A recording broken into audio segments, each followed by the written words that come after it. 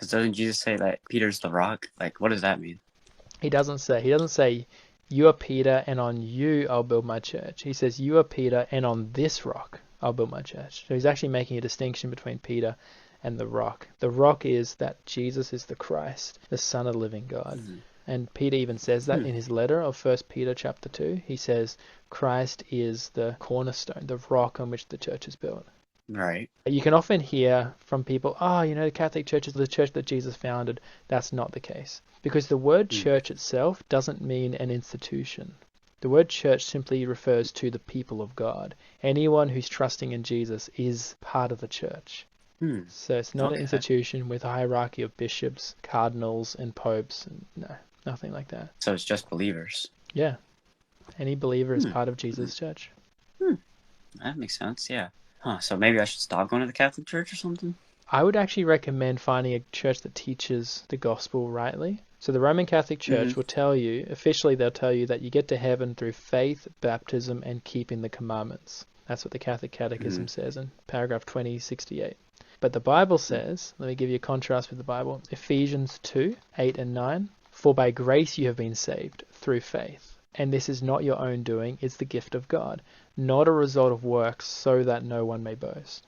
So the Catholic Church says it's faith, baptism, keeping the commandments. The Apostle Paul says it's faith and not your own doing. It's a gift of God, not a result of works. So it's not your commandment keeping.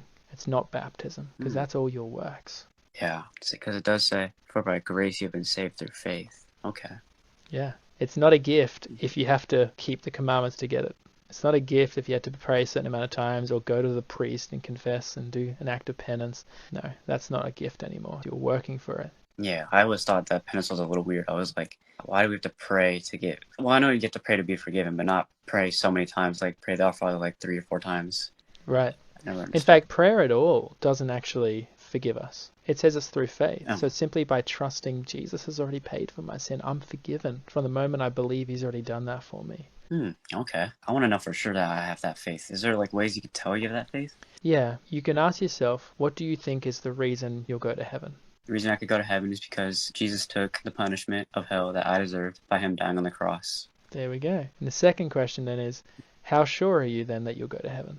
100%. There you go. That's another good indicator that you have that faith, right? Because the faith is simply, do I rely upon what Jesus did to save me, or do I rely upon something else to get me to heaven as well? And if it's something else, then I'm not putting full faith in Jesus. But if it's Jesus alone, yeah, I got trust in Jesus, and therefore I can be fully confident I'll be going to heaven. Got it. So now that I know this, now I should just probably start reading the Bible again.